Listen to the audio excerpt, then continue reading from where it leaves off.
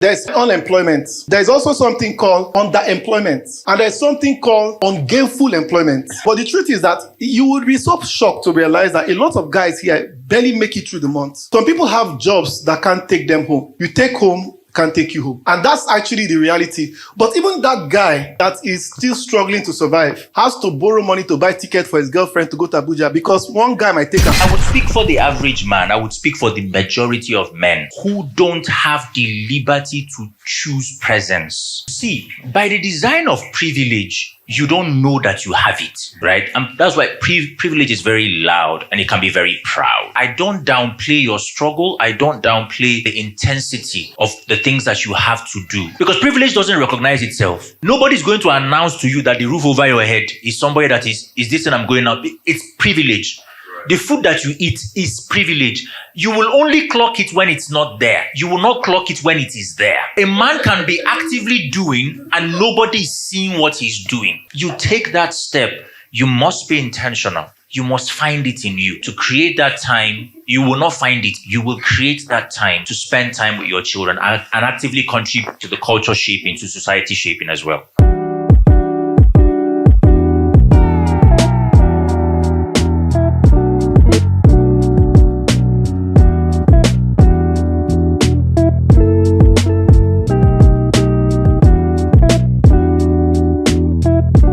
We have two amazing guests today, and somebody asked, why the topic, who is a man? We did this because it's Men's Month of, I think, being able to help men understand mental state of what men is. But at the end of the day, we just realized that it's important to have this conversation. And people thought, it's just for men. No, we also want women to be able to even understand certain things, especially about the modern day young man. Because there's so much that's faced with men who are even trying to put in the effort to even now start a family, relationships and all of that. So I'll be welcoming our two amazing people who we have today. In no order, the first person is Eric Gugwa. A round of applause. He's a storyteller. He's a mentor to many of us men. He calls us out without polishing his words, even though he's always very funny around how he talks about it, but they're very beautiful things that he tells us as men. And that was one of the reasons why we said, no, we need somebody like this to come talk about this. And I know he calls himself Eli Kunwa. So we're happy to have you today. The next person is somebody who has shaped me in a lot of ways. Business, spiritually, and a lot of other things. And also, he has been a friend before I even call him my pastor. But I would like you guys to please, as I welcome Mr. Ferdinand Adimefe. A round of applause to him as he comes up.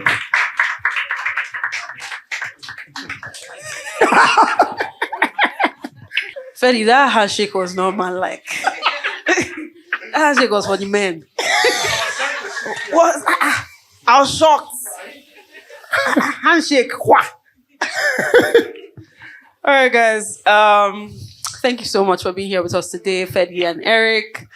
Today's conversation is something that I think that is important, especially because I have some thoughts towards what men in the society and the research and a couple of thinkings that I've been hearing recently from young people.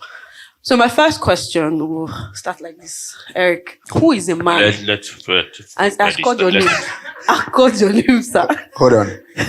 That question, there was an event where me and Eric attended and he spoke and they asked him to introduce himself.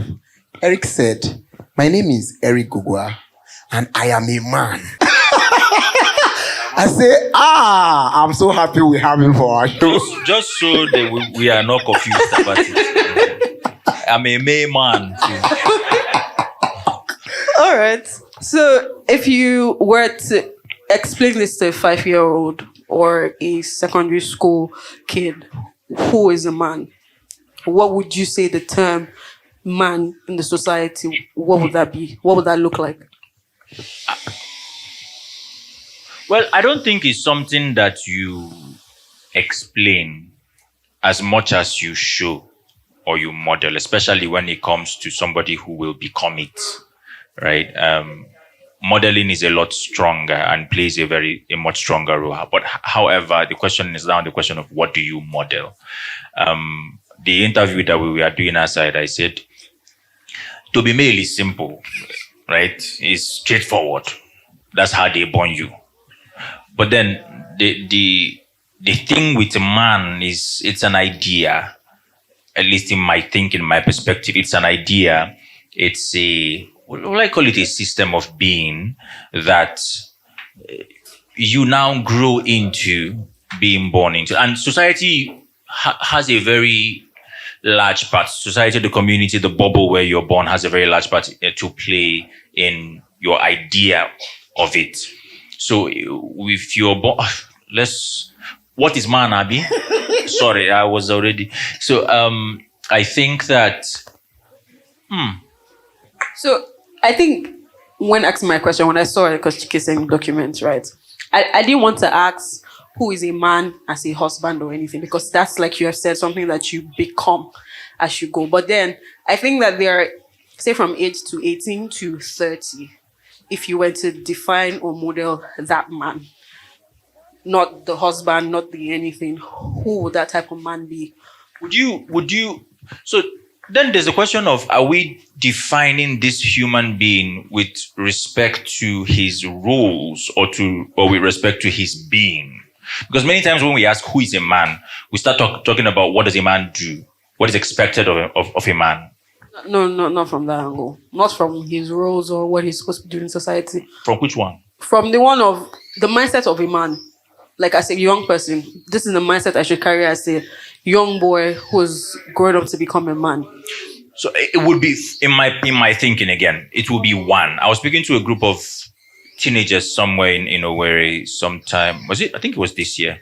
And I said, the one thing in my view that a young boy has to begin to understand if he is to be man is the idea of sacrifice.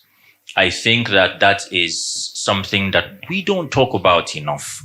And it's something that we don't just need to model. That one, we need to sometimes break it down, talk about it. But if a boy will become a man, he must come to terms with the idea of sacrifice. Obviously, all of my views flow from my faith. And so when it comes to the idea of being man, when it comes to the idea of, because as a young child who's growing, you are in that age bracket, you are becoming, right? When it comes to the idea of what you are becoming, you are basically being molded into a model. You're looking at something. So whether that is father, whether that is mentor, whether that is teacher, whatever that person is or that place is, it's not something that you can ever truly become without embodying the idea of what does it mean to sacrifice. And maybe we'll get into that further in the conversation, but that's just what my idea would be. Do you want to say something? Yeah, not say. I think I want to give a follow-up question of this To Ferdy. Okay. And so, Ferdy, going by what he said, and I know that there's a context of sacrifice. And can you help us maybe unpack a bit if you understand what he meant by men or young boys should understand what the place of sacrifice as a man looks like, and also knowing that young boy will eventually grow to become a man and a husband to somebody and all of that? So I really think that when it comes to being a man, there are many ways you would want to understand it. First of all, there is the anatomy of being a man, and biologically, anatomically, it's the design, it's birth. And you need to have, of course, the genitalia to carry through with that definition. Because that's just one strand. However, if you start to study life, study principles, study ancient traditions for whether Christian or even across religions, even across ancestral cultures, even across you're born a male, but you become a man. So in almost every culture, that's something they call rites of passage. So rites of passage, I remember my dad, when they were growing up in the village, they would tell you stories of how a group of people born within the same age group had to do some kind of activities to now identify that you are now becoming a man. But what happens from that place of moving from the male to a man is that you now start to understand responsibility. You now start to carry the burden of community. You now start to think of providing, of participating, of contributing, of creating, of building, right? But however, I really think that conversation is important. But if you dive a bit deeper, so for about 7-8 years, I've actually been pastoring. So I kind of have spent a lot of time studying in terms of Christian tradition, what it means to become a man. And I really think that on a level, when we talk about who is a man, I would say our definition of our being has been very short-circuited. Like, in the context of how we define ourselves has always been from biology too. It's like I was born this way, but spirituality, and in a sense, the Christian tradition defines our humanity first as a reflection of God's essence. So what it means to be a man is to carry God. So whether you are male or female, to be a man was not something that was limited to male in the old tradition. A man was used in describing a tendency of a quality of the human consciousness. So you carry essence. So that means that there is something in you that is powerful than you know. There is something about you that the world needs to experience. So on a level, if we now bring it to moving from male to becoming a man becomes a person who has awakened to the potentials he carries, who is aware of that reason why he's on earth, and who is gradually stewarding that intention and bringing it to life. But if you now follow that definition, you will know that we have a crisis. Yeah. It's a silent and a quiet crisis. Because if you look back in time, the way they define a man was your ability to earn, your ability to provide. And in a sense, that was how men showed up. So to become a man in terms of our culture and our society has always been about your ability to make money, contribute. Guys, they say 70% of young people under 35 are underemployed. So let me just help you here. There's something called, there's unemployment. There's also something called underemployment. And there's something called ungainful employment. No, you understand? Yeah, so ungainful employment. But the truth is that you would be so shocked to realize that a lot of guys here barely make it through the month. Some people have jobs that can't take them home. You take home, can't take you home.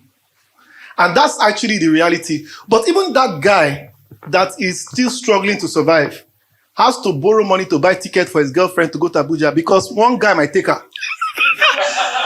You understand? And so the truth is that the guy might be going to bed broke and hungry, but that babe that means so much to him, he has to say, okay, she's suffering and be with me. I cannot make her suffer too much.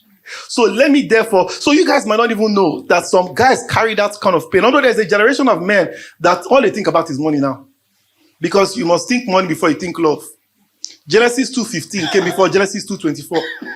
You understand? Genesis 2:15, God said, Adam, you will walk. Genesis 2:24, he said, okay, I need a helpmate that will help you. So your purpose has to come first before your loving. Because somehow, if you show up in a relationship and you don't have that strong sense of identity. Say identity. Identity. You don't have that sense of vision. Say vision. Vision. If you don't have that sense of value, you will not attract the right babe. Real babe follow men of value. And real babe attracted to men of vision. Freddie, don't you run. Let me bring you back. Sorry. He led. These are the issues. Let me bring you back. Thank God it's a man conversation. Be calm. No, but okay. Just so that we don't lose the context. So I really think that I have a personal, in fact, even praying through this thing, I just sort of picked up a body. I was like, men don't, here's a conflict before I land. A 21st century woman now wants a man who is emotionally present. In fact, emotional presence is not enough. Physically present, you'll be twinning. Wearing the same pajamas. However, what they don't tell you is that to be twinning on a Saturday morning wearing short knicker means that you have a bank account that can cover you guys. So at the end of the day, men, our fathers knew they were meant to provide. They didn't have presence. Nobody demanded of them that you be present. Red cap chief, present. Nobody demanded of him to be present. 21st century women are demanding both provision and presence. And the 21st century man was never equipped to be both. So he's going through the crisis of, what do I become? Am I supposed to be, if you sit at home, work hard, show up. If you go to work too much, you're not present. I'm emotionally starved. So we need a new curriculum, a new model of what it means to become a man. If not, the crisis will come. So I'm not here to bash men. Men are not the problem. They are a crisis. Men are not the problem. They're a victim. The culture made them so. And some of the women in this place that are saying, I can't take, my mom took it from my dad. I can't take it from the man. That man was raised by a woman just like your mom. He was also a victim of your dad's absence. Don't make him a victim of your own adjustment to the broken version of what you have seen about men. Give him a chance. Okay, Zoe, please. No, I see, guys, see this lady in front. Right in the eye where they look you. Hey, God. There's an issue here. No, you know, I sat down here for like 5. I've been looking at her. She has been looking at him like, what do you mean? Like, what do you mean by that? All right. Thank you, Freddie, for that answer. But this is where I say that you did wrong. Maybe we come back because I wanted us to go gradually. Now, there's a...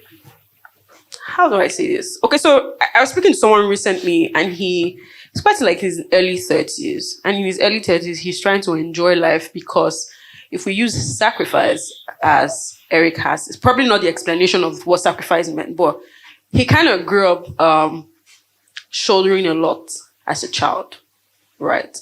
And so do we call that like a rite of passage? Because, you know, as a man, you don't really understand what it means to take care of your mother because your father died, and then, you know, take care of your siblings. And then in his 30s, he's now trying to enjoy life and doesn't want to hear about anybody say, let's settle down. Not because he doesn't want to fall in love, but just because, let me enjoy. I suffered when I was young. Now, statistics and a couple of research have shown that men right now, you talked about emotional availability. They're now emotional avoidant. Not because the emotions are not even available, but also because now we have women. Because I was going to disagree with you with the 21st century women type thing. I think it's I don't say average woman guesses, but more like a couple of people who I feel like are not really more exposed and are just held on to their trauma. Because if you meet somebody who is ready to work with the man, sometimes they understand that he's not going to be putting food on the table and he's going to be at home 24/7. So when we go to the issues of sacrifice, to what extent is a man supposed to sacrifice? If I bring it down to Nigeria, a lot of women say that they want men who are... A lot of women say that, you know, they want men who speak. But then when you start to speak, it's a problem. And a lot of women too, now don't come out with it in my head with this trobilo thing, right? Where I was going to was, oh, Jesus. So, yes, sacrifice, right? To what extent, you know, should a man sacrifice? There's women that say that, you know, we work hard. But to be very honest, the average Nigerian woman still wants the man to do almost everything. They are missed as, you know, when I hear women say they are missed as to what to buy their men as gifts, it also shows a level of you not listening and you not paying attention. Because it's quite easy if you pay attention, because it's very easy for you to say he should know what I want and he should be able to gift me what I want. But then when it comes to his turn, you don't know what he wants because, oh my God, it's so hard. It's so this. The only person will provide 24/7, they go buy 4 tires for. 4 tires is not the only thing a man needs, right? So to what extent is sacrifice for a man, especially in basis of relationship with the other gender and with family? Okay, let me start with Freddie. And also with family. Because now, like I said, with the story of the young man that I talked about, he had to shoulder a lot. That is sacrifice, and that's what is probably assumed that he should do. Okay, so here is the thing. I would say being raised to work hard does not replace working hard on yourself. So there's a sense that we were all conditioned and raised to provide. So yes, sacrifice means get a job, make sure your mom is sorted, support your sis with the bills, make sure your wife and everybody is sorted. But if that man is sincere, a man can spend an entire life pouring himself out and out, but never be poured into. So what we don't want is a man to carry on and just hide his unhealed emotions under the context of providing. So yes, sacrifice is important. A man is supposed to sacrifice and be there. But the reality of that entire experience is we're not looking for men who sacrifice. We're looking for men who become healed and are whole. We're looking for men that will not just say, I provide, therefore that's all there is, right? We've hidden under provision for too long. So it's important for us now to start to ask, how do we navigate life in such a way that we can be fully present, we can support people in our lives? So a man has to provide, but if a man has never been to himself, he cannot let you be to him. Like, the truth is that most men are emotionally exiled. Most men are emotionally extinct. So you're dating a man and you're complaining that he doesn't tell you, I love you. He doesn't have this. Sorry, let me just cut you. When you say that, is it as a result of the upbringing? It's a culture thing. Don't forget that, again, the way men were raised is tough, because if you raised a man, it was important that you don't show emotions. I mean, we know that story. Big boys don't cry. Right? Men don't cry. So if you were just even telling a man, I remember a guy told me a story about how he lost his father. He was 10. And one senior pastor came to the house and told him, you are the man of the house now. You have to be strong for your mother. He didn't cry. He didn't cry through the burial much later. So a lot of men are now having to somehow cope with that silent depression. Suicide rates for men are higher now, though. Right? There's actually one of the crises, mental health crisis, is hitting men more. And I think it's important, because if you go and hug any sister anyhow, then go say sexual abuse. You understand? And of course, in our culture, you can't be hugging a guy, except you are straight as a roundabout. So at the end of the day, the culture doesn't have room for men expression. And yet we want men to become vulnerable, because a healed man is supposed to show emotions. It's not to be emotional is not to be weak, it's to be human. So cry if you must. There is healing in the tears. And so at the end of the day, we must normalize seeing that when men fall down and break down, we should see through the men even when they don't talk, because they were not conditioned to talk. So even if you say, I've been dating this guy, he's not expressive, I don't know what he's going through, I think there are clues, you can pick it. And if you pay attention and you care about this person, it's a journey. But once you start to become a safe space, the man will learn to trust you with more secrets and more of himself until he becomes an open book. All right. Eric. Oh, Elik. I just feel like I'm meditating. No, I'm just thinking of. I'm just thinking. See, my view on manness is borderline toxic. And if I were to be as expressive as about my views on the internet, they would have jabbed my life. And the thing is, why I think so is because I think that men would largely disagree with me. But at the end of the day, they would find it the only way to go. And women would largely disagree with me because of political correctness. But at the end of the day, they will find it their preference. The suicide rates amongst men today has never been this high. Men have never been this expressive as well, which is not adding up. Because of all the information and the data and the conversations around men's mental health that are now being had, men are now encouraged to speak out more, be more expressive, and yet our suicide rates have never been this high. So I would say this without, again, getting into the matter too deep, because I don't trust you people. It's called the Unbothered show. Yes. We're not bothered. Don't worry. So I would say this. I think that when it comes to the idea, sorry, just let me be sure. What's the question again? So I don't veer. Just continue. Flow.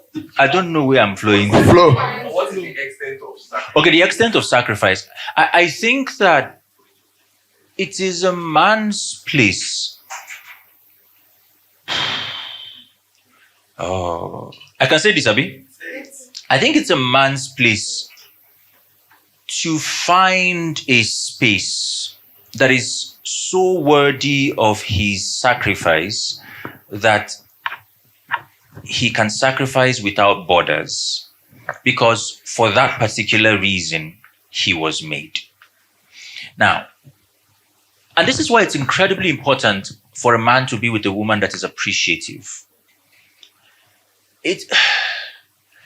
I cannot say how much this is necessary for a man to be with a woman that is appreciative, because that woman will at some point, if he is a man, be the limits, insist that he doesn't do this one, that we will survive without this one. Because the reality of a lot of men, because we when we talk about men, we are sampling a small minority. Yes. Right? The reality of a lot of men, we were somewhere shooting today, and while we were making that, piece of content, I was trying to be a talent on set. I got to represent, but I was deeply consumed with thought about what I was experiencing, right? So we were shooting something roadside, something hustle, something truck pusher, that kind of life. So I had to get into, to try. The more I was trying to look like a truck pusher, the more the truck pusher was telling me that's not how we look.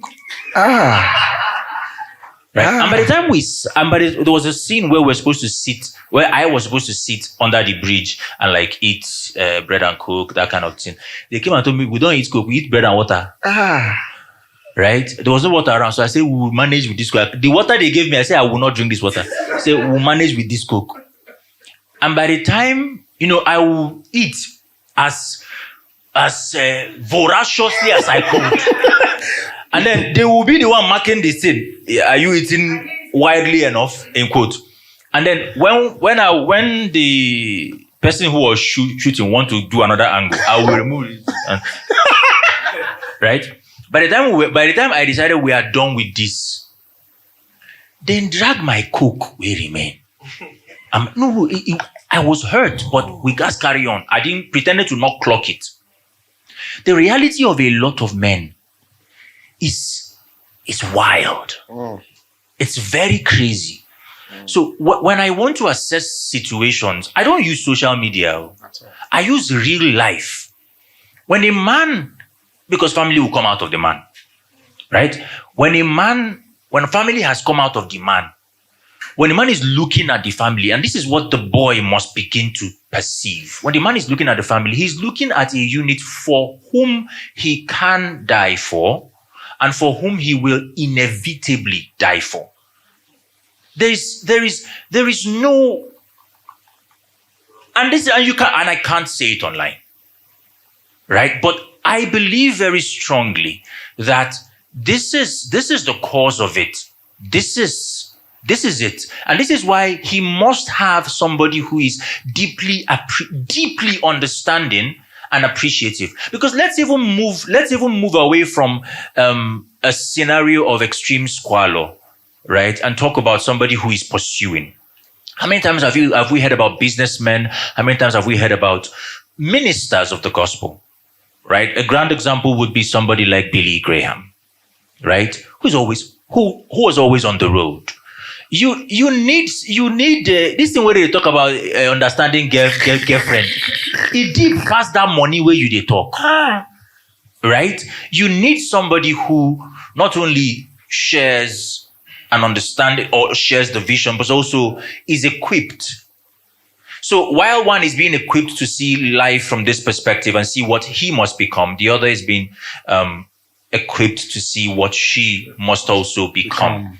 And that's the only way the unit functions. I think that one of the core reasons we are experiencing such a decline, in the marriage setting, in the system of marriage, and, such brokenness is because we've begun to adopt this idea of this Hollywood idea of romance and love.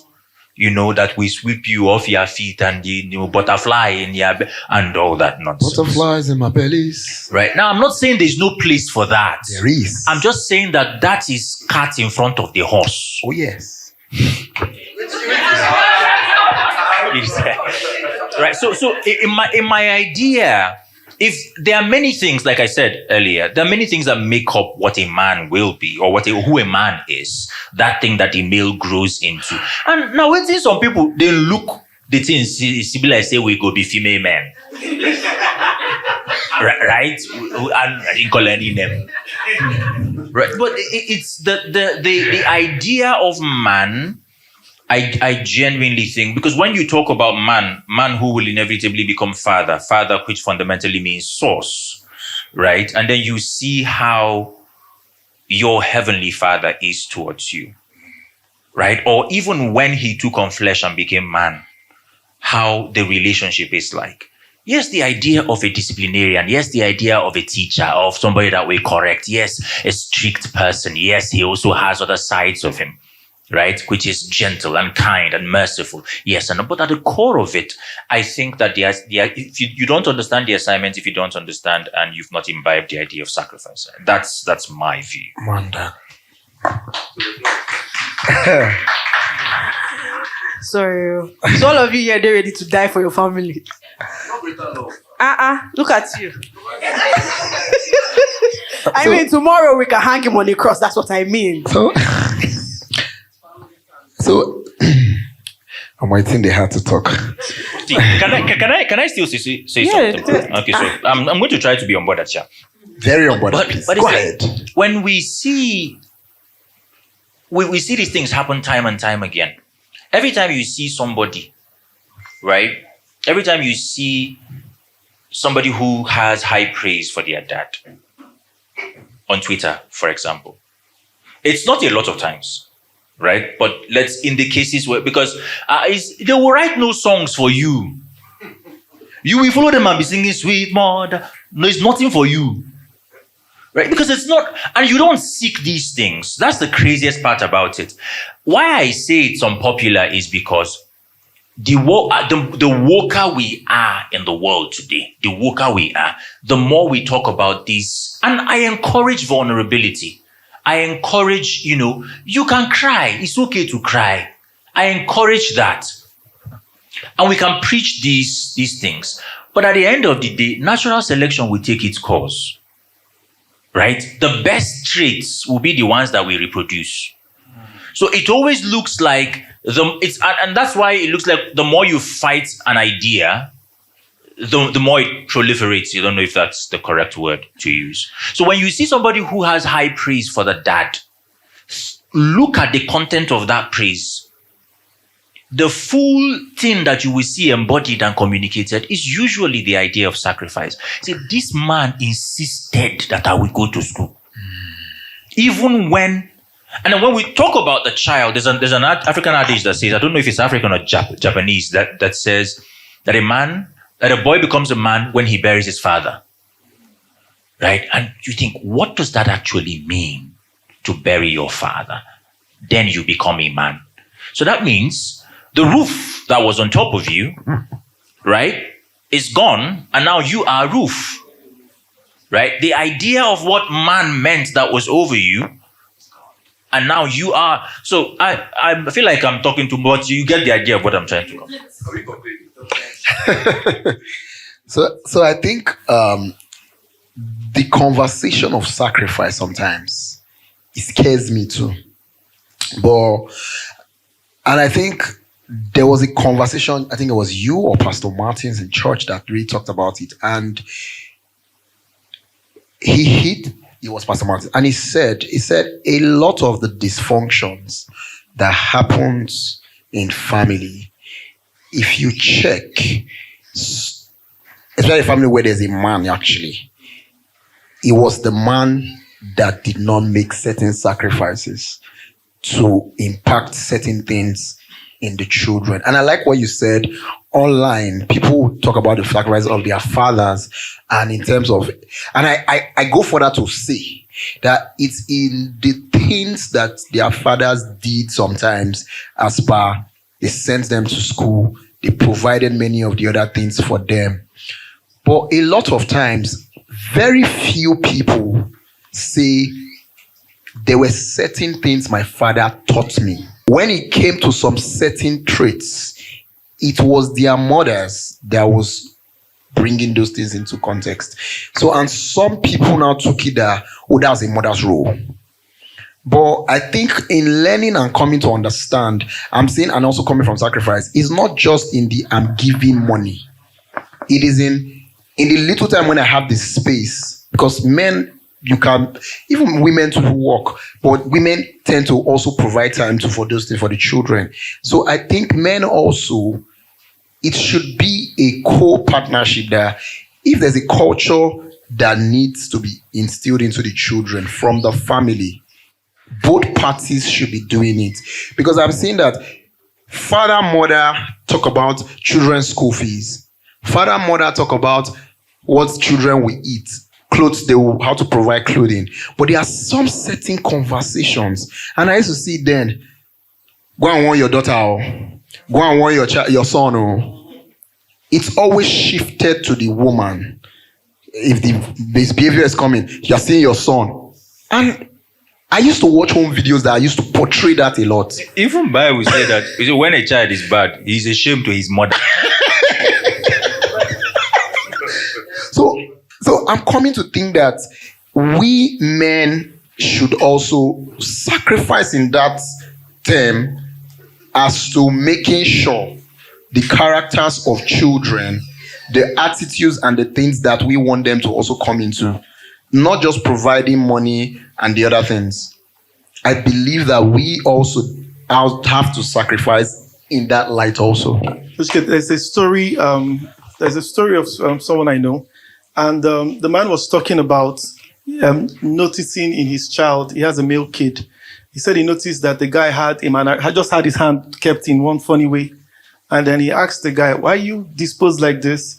And the guy said, "Oh, I learned it from a baby in school. She thought it was cool." And I said, "No, I don't think it's cool. I think you should keep your hand the way your hand should be."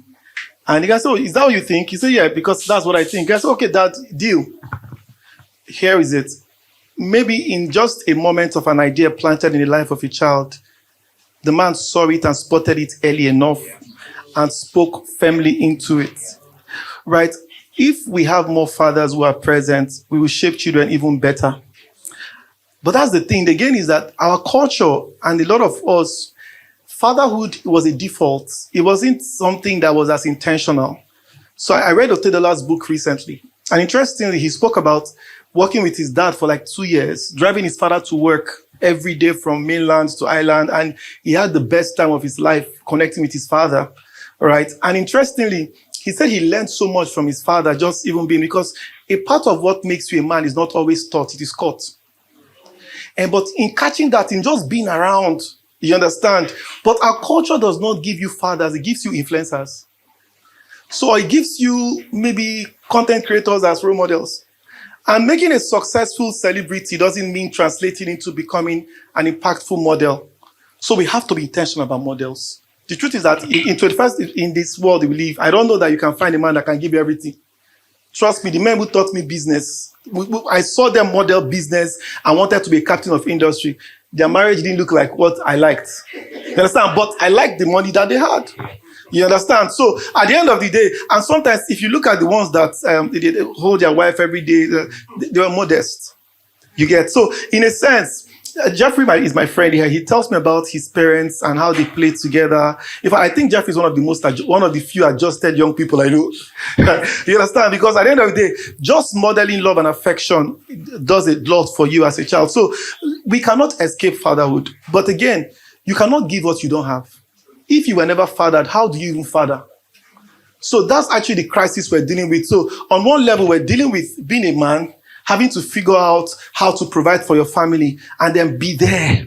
And then we're now having to decide, how do you even learn to become this man that you're meant to be, right? And it's important because the truth is that the journey to becoming a man is not always a linear journey, right? So don't always think that everything will fall into places. But the truth is, every time you find somebody you learn from, honor them.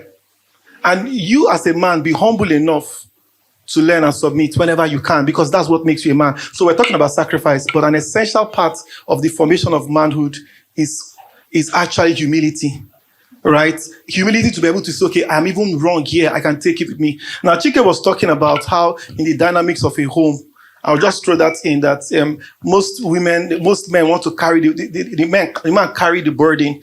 The reality of Lagos is we are dealing with an inflation that is double digit. In fact, our inflation in Nigeria, as we currently speak, I haven't checked again, but I think somebody will say, can you supply it? But I think if we're not eroding, our inflation might be even manipulated. I would like to think that we are dealing with almost 35% erosion on the value of the naira. So if you're dealing with an inflation that high, what that fundamentally means is that the economy is not the same.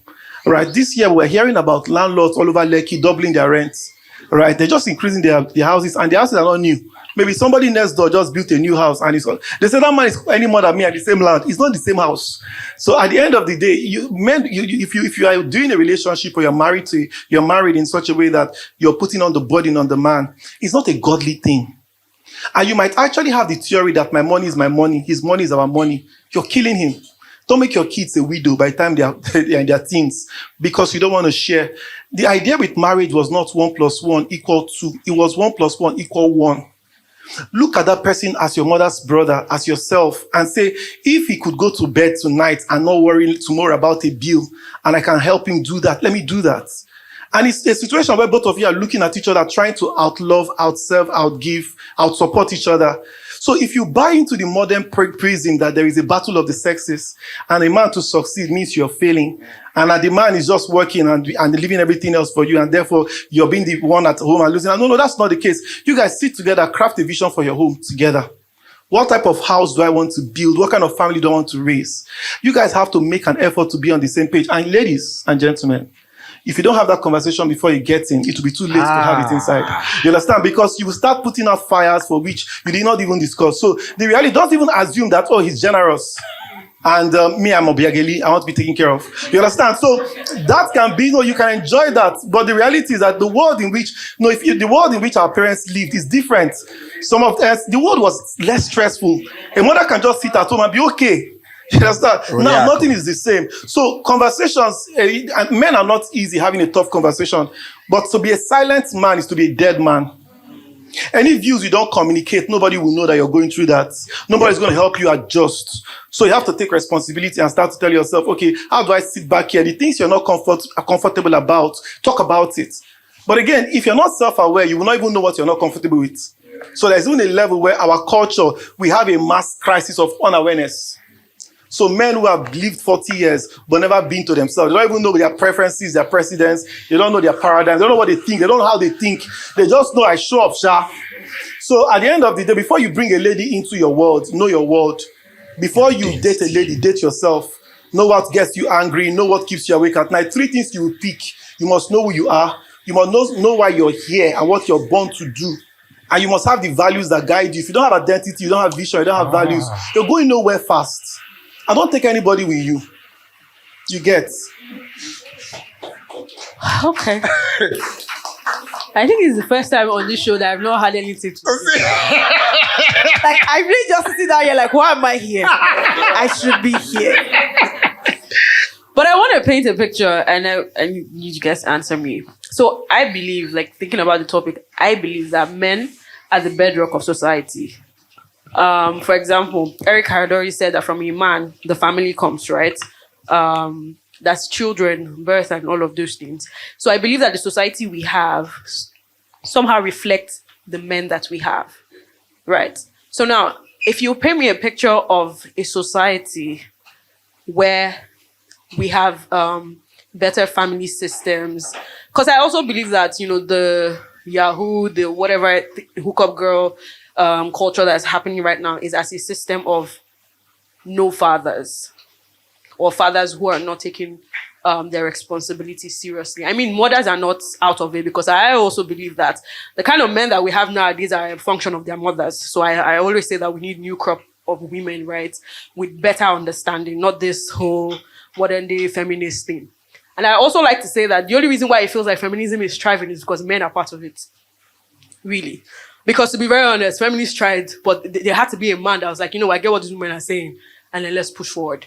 That's reading history. So if you will paint me a picture of a society that you think is working, what are the traits that the men in the society as leaders, as fathers, and as brothers should have. It's to the both of you.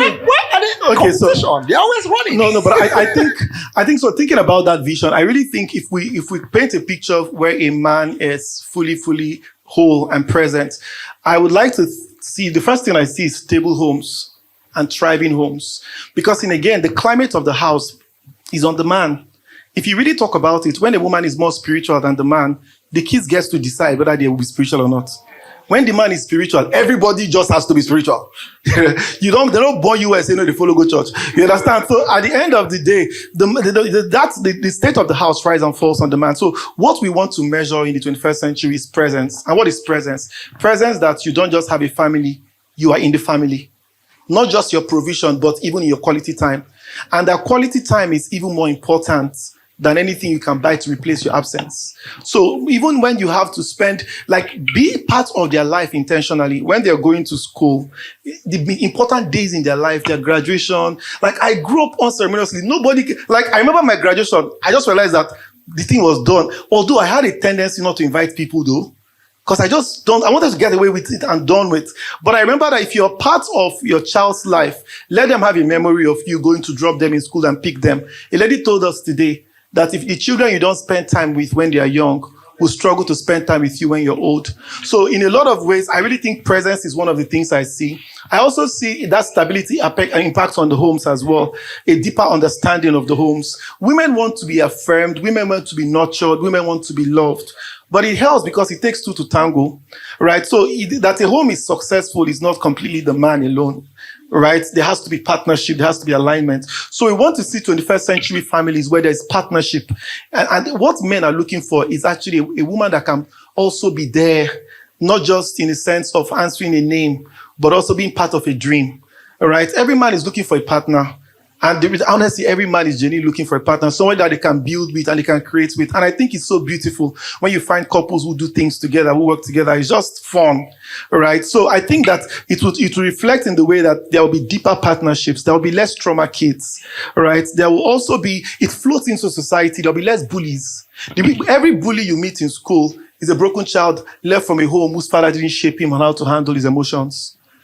You have to start teaching kids how to emotionally regulate. Yeah, so that to be vulnerable is not to be volatile.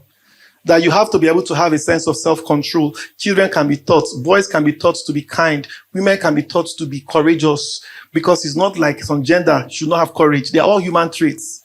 And being a man doesn't mean being less kind. It means kind is part of who we are. Thinking about teaching people how to protect ladies around them, teaching a man how to be a visionary. We'll see men even start to dream again. Because a lot of the men in our society today are in survival. They just taught us how to survive. We don't live. We survive. Every day you wake up, you're just thinking how to pay bills. You're surviving. Once you leave that consciousness of survival and you start to live in the place of an overflow where you're trying to see society, you become a partner with what God wants to do on earth. You would see that there are things to be done. The society, they say there are 13.4 million children that are not in school. It's not like it's not my business. No, it's your business. So long as you're a man and there are things broken in your society, it is upon your shoulder that those things have to be fixed. There's government to, you understand? But I'm saying that if you wake up and you're past, next year, I have a burden. One of the burden I was speaking, I go around this Lekki Ekpe Expressway and all these kids around just trying to help you wash your car when it's not dirty, try to just clean the stuff, and they're there 247. Put a 10-year on their life and they're not in education, they're not in school, they're not in employment. You have criminals on the loose. And we are seeing these things being made. We are contributing in making them monsters. And yet we build high fences and think that we protect ourselves. But that's not where it ends. So somebody has to say, okay, how do I take 10 of these boys out of the road and put them somewhere and teach them skills? And I want to do that though. And I hope I have partners here. But my point is that, you have to be able to take them out, because I was part of Slum to School. And I told you guys how we're doing it in my house in Agungida area. You understand? Now that thing, sometimes I'm in the US and somebody's coming to meet me like, Fred, I saw your post. I saw you are speaking here. I came. I said, okay, how far? I said, I was part of Slum to School when you guys were coming. I've met some of these kids. Some of these kids are Makoko kids. They're just smart. But they got education because we're buying school bags. were buying school bags. They had schools, they were not going to school. We're donating school books. And today, there's some of them are doctors. I know one who is a first-class brain in South Africa. You understand? I am fulfilled whenever I see it. You understand? If I don't do anything any day in my life, I'm glad that some people live because we live. A man is not to self-exist. A man is to ensure that every other person's existence is enabled. So whether you join your estate, be part of the estate committee, make sure that everything that needs to let that estate function. Don't show up. No, be part of it. If you go to PTA, show up in PTA and say, what are the problems we need to fix here? So if men are absent, trust me, everything becomes gossip club. There is not, somebody has to roll their sleeves and carry the stuff. You can't leave out to women. Parenting is not exclusive to women. Don't think PTA women go. So I used to get angry though. I'll go for PTA meeting. I'll be the only man. I don't like it. And they will set me up. But guess what? One day it just clicked in my head. One little boy came to meet me and gave me high five. And also that the kids liked that a dad was around. And suddenly they were coming. And honestly, those ones that were coming, I won't lie to you, they've not seen their dad in 2 years. He's somewhere in Canada trying to work out a living. So they are yearning. There's a void, there's a hole in the heart of every child that is the shape of a father's love. Keep it. There's that hole. Everybody carries it. So as they were coming, I felt so convicted because I was very upset. Like, who brought me here? You understand? So at the end of the day, when I saw those kids, I just sat down. These days, it's just that they wanted to make it permanent, and we never reached that side. Please, they were trying to look for me more. I was like, no, not that fast. At least maybe once in a while. But at the end of the day, guys, our responsibility is not just to our children. If you hear that boys, 13-year-old boys are on porn in VGC or smoking in VGC, it's not like our parents get to act together. Yes, some of them are struggling. Trust me, parents have no clue. They've been working all their lives. These kids were raised by nannies and media and TV. They don't know their parents. Their parents are like, where did you get this thing from? It's not in our lineage. It's not in our bloodline. But at the end of the day, we need more parents who can build boundaries, protect children, impact culture, raise them, not just let them grow, raise their consciousness, raise their vision, raise their values, equip them with a sense of an essence of who am I. Let them have substance in who they are. Let them not feel like they have to end. And the last thing I'll say to wrap it up so that you can carry on, we must redefine the metrics. We must redefine the metrics for success. It's great to have money, but money does not define you. There are many poor men with cash. Today, Pastor Martin said something that was so beautiful. He said, have before you have. You understand? And let the consciousness of wealth be part of your doings so that when the money comes, you're not tripping over. See, the reality of it is that we've externalized meaning. We've outsourced meaning to things around us. So I have a better job, I am more. I have a better contract, I'm more.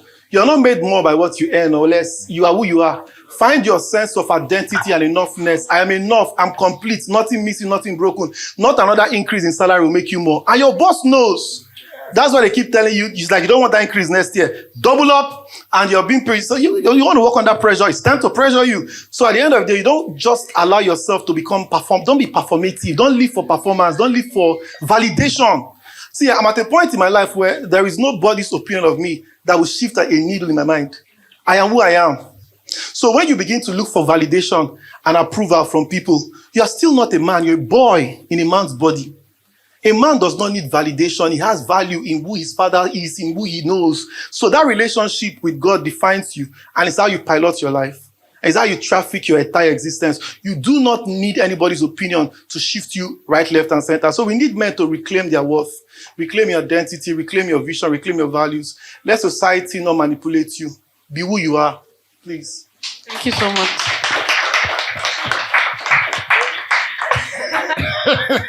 So that is that eyes.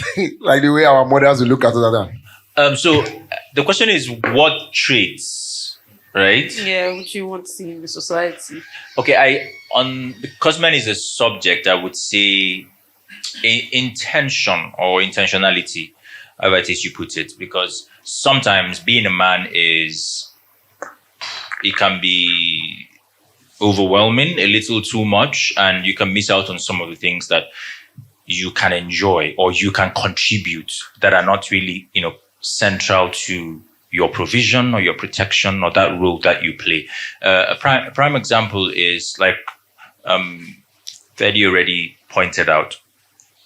Children interpret presence as love, right? Your oldest memories of your parents, some of your best ones, were like when you guys did an activity together, right? I remember my best memory of my dad is one evening when he was a surgeon, and he would go on these long, and he preferred to work where there were really not much hospitals, right? So his surgeries would take endless hours, and he was always at work. So my best memory, I would think, if I thought to myself, it would be one Christmas evening like that. It wasn't Christmas, but that period, right? He didn't find it. He made the time. We went to the back of the building and we just sat down. We just put sticks together. We put a fire there. We were roasting corn. I could never forget it, right? It just leaves an imprint. That's something kids don't forget. And that's why you see in all the movies, men are trying to teach their kids how to ride a bike and all that. We will not really get bicycle for Nigeria here. So, but you get the point. And the thing is, by design, and I would speak for the average man, I would speak for the majority of men who don't have the liberty to choose presence. Thank you. See, by the design of privilege, you don't know that you have it, right? And that's why privilege is very loud and it can be very proud. And so many a time, the man has to... There was this sad tale I heard about one boy that woke up, I think it was like 6 or 7, woke up very early in the morning and was telling the mom that there was a man that left here early this morning. I don't know if you've heard that info. The guy comes back very late at night and leaves very early in the morning. So one day the son caught him. He was trying to escape. He didn't raise the alarm, made the no beat him in case na arm robber. But he was telling the mother that there was a man. I don't know how true that is, but it struck a chord. And then I saw a man living here this morning. Right? He even drove out. They escaped from your house. So by the design of some of these, by the design of what a man is in society today, what he represents, what he does, it can be so engulfing and so immersive, right? And especially when you let yourself go on, what would I call it now? Autopilot. You just do them as the demands they come. It takes intention to actively contribute to the mindset, the culture of your child. And that's why, like I said, appreciation on the part of your partner is such a strong thing. But even more than that, right, like was already pointed out, there are conversations you need to have. Value system must align so that your children will not be raised by another system that is different from the culture that you have. I don't know whether that makes any sense, because and women are not. And the reason I want to see this intentionality also is because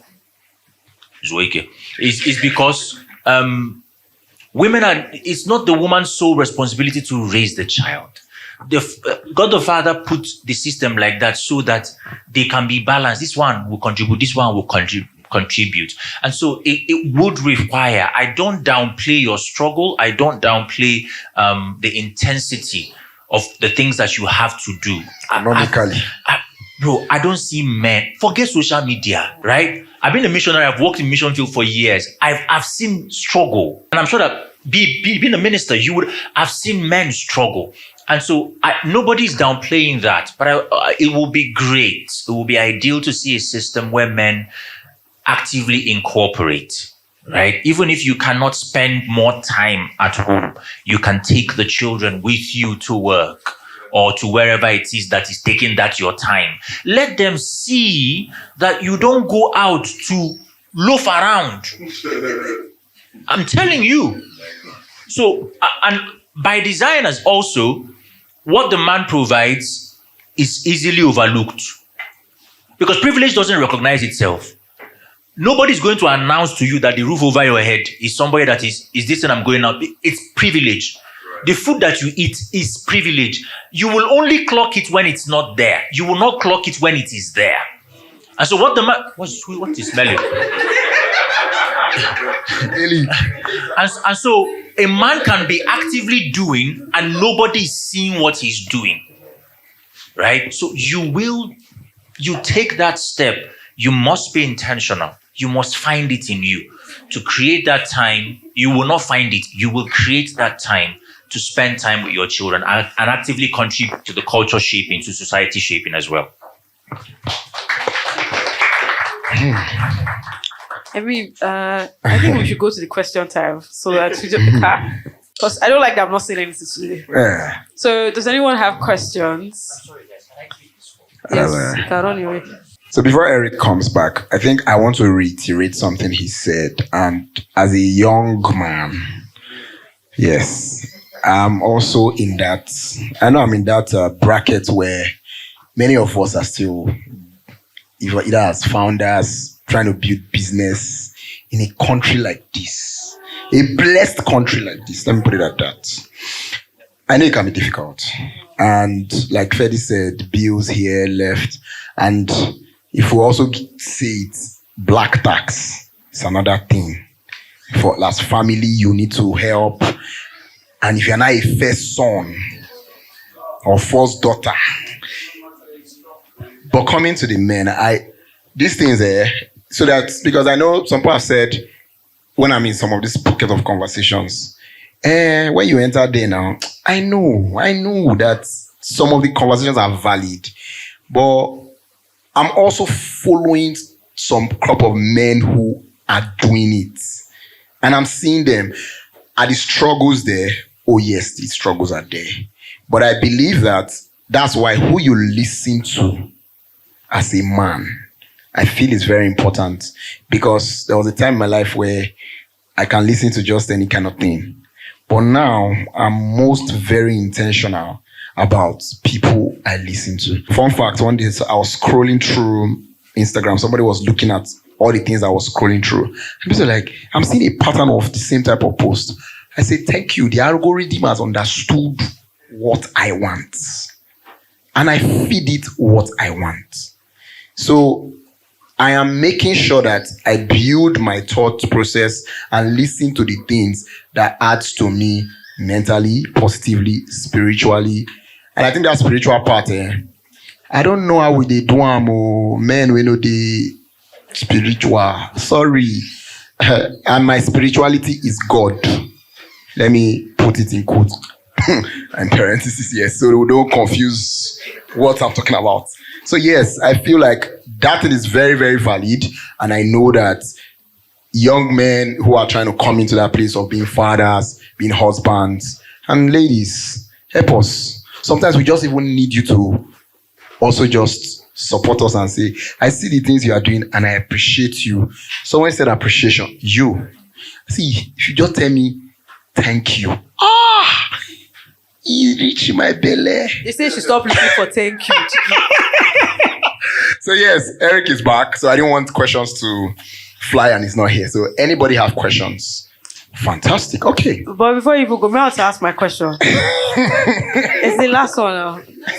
It's because I remember from the last episode, right? We're spoken about what to look out for. And then Kamsi has said something like, oh, don't follow vision, don't follow potential, and all of those things. So I had to ask Eric, because you said you mentor a couple of young boys, and he came to Instagram and told us, if you are a young man looking to get married, these are the type of women that you should not allow come close to you. So, Gugwa, he's thinking when he said it. To the young women here, what are the type of men that they should not allow come close to them? Set up. Now, he should speak on behalf of his people. Set up. It's just. So you don't have anything for women.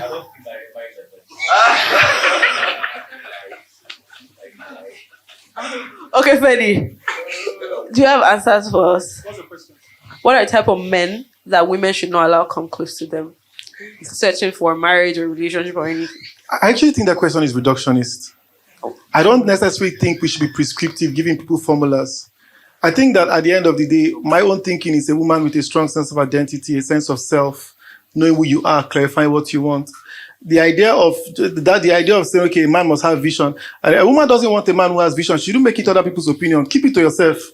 And marry what you want to marry. You understand? So the idea is, if a woman is saying vision is not my radar, it's not up for discussion here.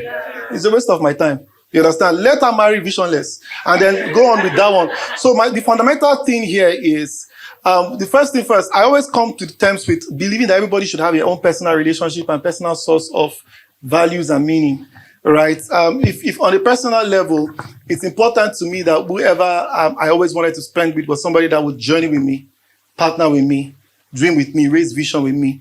And it's important that we share the same values. If you do not have the same value, you will drift apart. See, in life, marriage is people don't grow together, they grow apart. It's actually the natural cause of marriage is to drift apart. The marriage that works is work. The ones that are functional, that somebody is intentionally saying we have dating time, it's 6 o'clock, and both of us are committed to it. You understand? And all these fake prayers we pray that God fix marriages, God does not fix marriages. These people. You understand? That's not a prayer. God should fix you. The marriage will fix. You understand? Because the marriage is a reflection of you. So if you're praying as an abstract thing, let God fix the man or let God fix this woman and I'll be fine. Ask yourself, what is my contribution to this crisis? So that you both of you are having to grow and heal together. So really, relationship with God is more fundamental because at the end of the day, I have seen people that married out of class, out of pedigree, and it worked. Because they just knew deep down there, this is the person I'm meant to be. Right? And truth be told, I remember there was this girl in school, she followed this guy, they are good. And I've seen good Christians who prayed and held hands and saw vision and waited and prayed. And 2 years after, it didn't work out. So at the end of the day, is it that God told this one, God did not tell you one? No, the point is that your marriage will test every unhealed trauma you're dealing with. Everything you've buried in shallow grave will wake up in your marriage. So the fundamental thing is to do the deep work on yourself before you bring someone into your reality. So if you know that you're having patience, take time and see how you can pray through, heal through, and have the accountability of people around you to see you change before you journey. So guys, your questions. You have a question? The deep man. Okay, I don't know. I have 3 questions in one. I don't know if I can just answer the 3 questions or just one after the other. Okay, can you try to put them together? Okay, there are 3 different questions, so I just... Okay. Should I just one after the other? Okay. First, I want to ask, when you are speaking something, I want to know if is it measurable?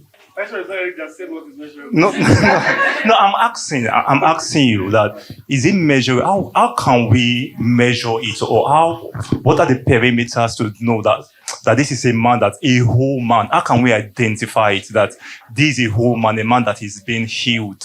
Is it measurable? So I think the way that I understand that, that's why I said it's not a linear thing, it's a journey. For instance, you're dating a girl, and she said to you the first year, like, you're not expressive, you don't talk. And you said, I don't know that I don't talk. She said, yeah, I would like if you always share your thoughts or whatever. I said, okay, I'll work on it. And 6 months after, she goes like, you know what? I like that you're more expressive. However, there's this other side. I think on this other area, can you be... So the way it works is as you journey with the people in your life are the only ones that can reflect to see how you're changing. But I think we must be very intentional that every feedback is not an attack on who you are, but is an invitation to see areas where you can grow. So if somebody tells you that, you don't pay attention to certain details, don't say, why are you always judging me? You understand? And sometimes, again, babes, let's be kind in how we give feedback. Because by the time you tell a guy, you always not call me. The question is that guy is feeling attacked, he enters into defensive. But if you come in and say, for good example, maybe he has not called you for 24 hours because they are doing a deadline project at work. And everybody just put off their phones. And the guy was like, let me just make sure, because he was central to the project. And you sent him 16 messages. If you don't come before 12, I'll start doubting our relationship. 4 o'clock, you have not responded. And then you're not saying, a man who loves his work more than me is not worthy of me. And it sounds deep. What's our status? Until it's not. So the question is, don't just enter conclusion. Why don't you just be patient and say, okay, see, this is what I feel. I think when you go 24 hours and you don't communicate to me, I feel like I'm not important to you. So you're not attacking him, you're sharing a feeling, and feelings are valid. They are data, right? So in that sense, you say, okay, and you say, okay, maybe next time when you have a busy day, let me know early that you'll be very busy at work and I might not be able to reach you. I think I can live with that. So you guys are working on something. But every communication is not a battle. Don't make every suggestion into an argument. Find the important things you can pick and say, okay, I'm going to sit with this. So for measurable growth, be intentional about the people you're doing life with. Your girlfriend, if you have, is most likely to be one of the person that can mirror you a little bit more and say, okay, you don't buy a lot of gifts. And every month now she's seeing gifts. That's for progress. You get? So I think we should also be very intentional about giving feedback in ways that can help people see where they can grow. Let's not just throw feedback like bullets. Okay, now the other question, is there a default in fatherhood in the African setting? Is there a default, number one? And in a scenario, let me now paint the scenario. For example, you are in a relationship with a lady, and due to what she had conceived from her father, the abuses or how the father treated the mom, so she carried all those baggages into the relationship. So she has a mental picture how a family ought to run. In the sense that, okay, let me just get a practical one. He believed that his father, okay, she told me, my father does have this ideology that I will sit down, my wife will prepare the meal and serve me. She now have that ideology that no, my man should do the cooking together, assist me together and everything. So I'm trying to strike a balance, that there should be a balance in that. In the sense that, okay, fine. Normally, we have this conception that normally every woman should prepare a meal to in the home. And okay, let me just practical. Like me, I love cooking. I can cook in the home, but don't try to fix that as a role, that is a 50-50 thing. I cook today, you cook tomorrow, like a roaster. Chicken, you guys will carry this matter. That's good. Well, go ahead. Okay, like a roaster. So to me, I see it as a default setting. So she picked that she had a conception, she had a feeling that this is not right. But to the African setting, we all know that we don't have any problem to that. Because we are in the 21st century world, everything we are doing, if I can share the bills, you two can share the cooking or the chores and all that. So I want to know that, is there a default in our own traditional setting? And how can we, from that scenario I painted, so how can we balance that? Yeah, thank you. So here is the thing. I think there is what we call there's something we call frame of reference. And frame of reference is that every family have a family model. So yes, in maybe 70% of African homes, that might be the model, but there are some exceptions. However, this will be my suggestion to you. I really think that as you move into this future with this lady, it's important for you to basically find and align and understand how you guys will navigate life.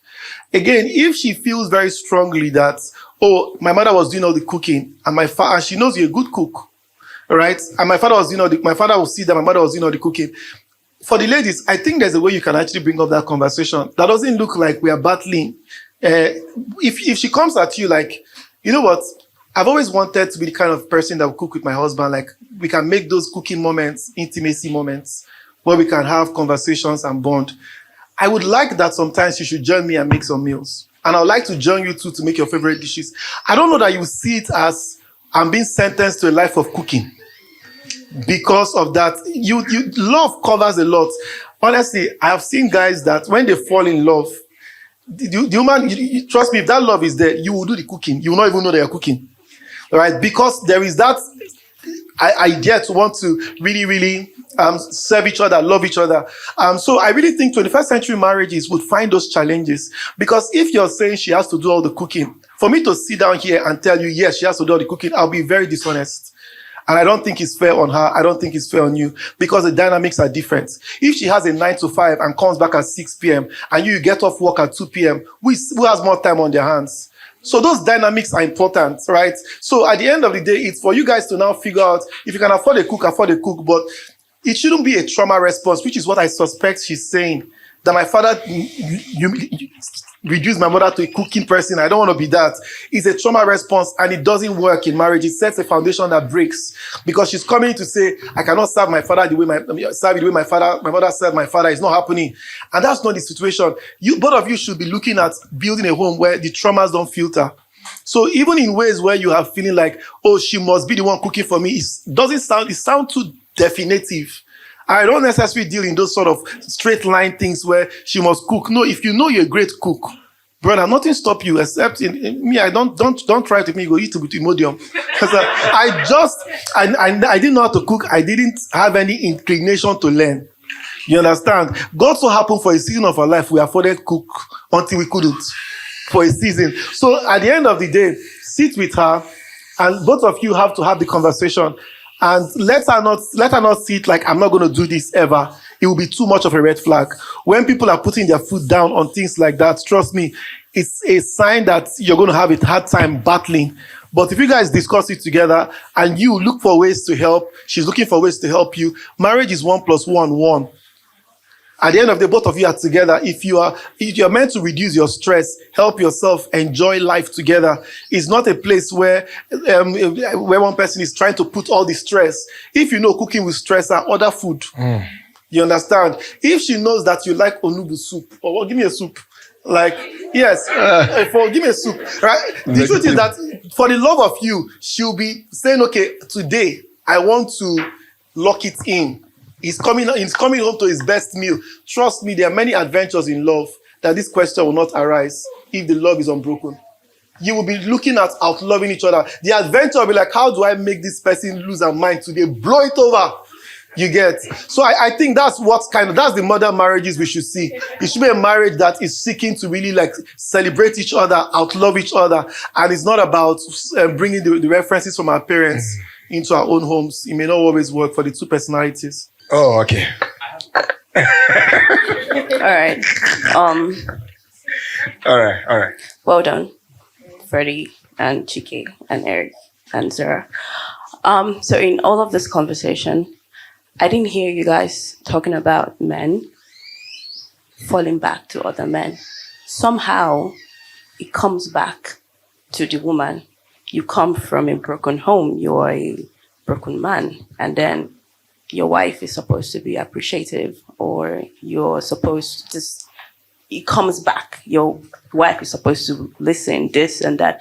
I didn't hear any part of it where you said there is the place of your community of men. I have a theory that you practice what you want to see in your friendships. Do you guys not have friendships? Do you not talk to other men? Do you not practice gifting and communication and appreciation with other men? How do you live your life solely for a woman or for a family without your community? Is it possible that the crisis that men are going through is because they are relying on a woman, or they can't talk to other men?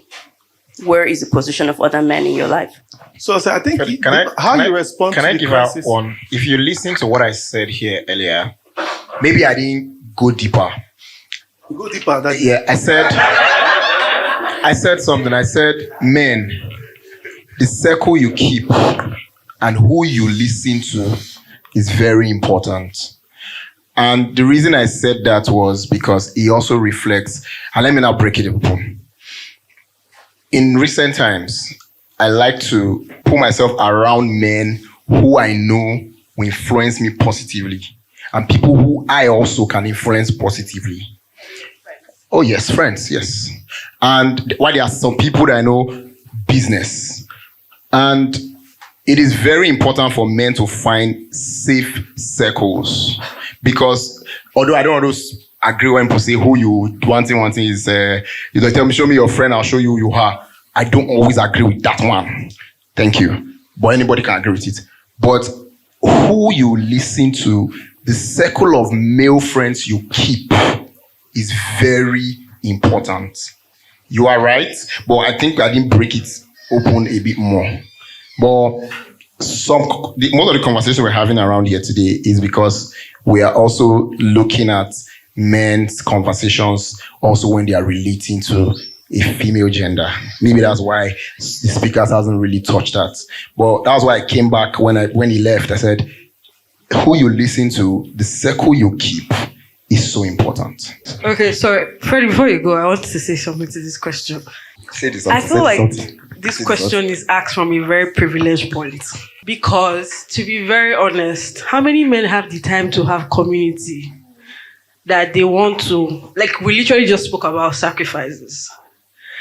how many men have the time to sit down with community? We can say this right now because you go to work, you go to church, you have community, you have friends. And it's a woman's thing to want gifts. I don't know how many men that come to you and say they want words of affirmation when there's school fees in their head. Or how many men will come to you and say that, oh, I want words of affirmation or a hug when my dad just died. There, in the Igbo community, if I give an example, right? I know of a family right now where the first son has to bury his grandfather, then bury his father. The community in needs of men is to give him money and probably say, Nando. It be for you. Anybody that is giving him hug right now, it's like, my brother, calm down first. Like, just wait, leave that hug. We'll carry it later. Let me solve the one that's in my front. And I feel like that's why I said when I was asking a particular question that I feel like when it comes to feminism, right, the reason why modern women feel like they have options and they can speak to many things is because there are some men that support them. But the average man that's not on social media, the average man that does not even have the time for this, like cannot even see space for this because his fellow boys are also trying to solve issues. The only time that they have is when they can sit down and take maybe that one bottle of stout to cool their head. Because we can also go about saying, oh my God, why are they taking alcohol? This one. It's that one bottle of stout that they can sit down at that point, drink and go home and sleep. That's the only peace they can have. And so when it feels like a man is looking to a woman, it's not like he's looking to a woman, but at the end of the day, he might marry a woman and it's easier. And that's why you still hear men that say, oh, we can't speak about so many things because sometimes men don't even have words. Men don't have words. And it's not even I don't subscribe to say like it's a cultural thing or they are not trained. I think it's a system. Sometimes men are built to face things head on and probably talk to you about it later.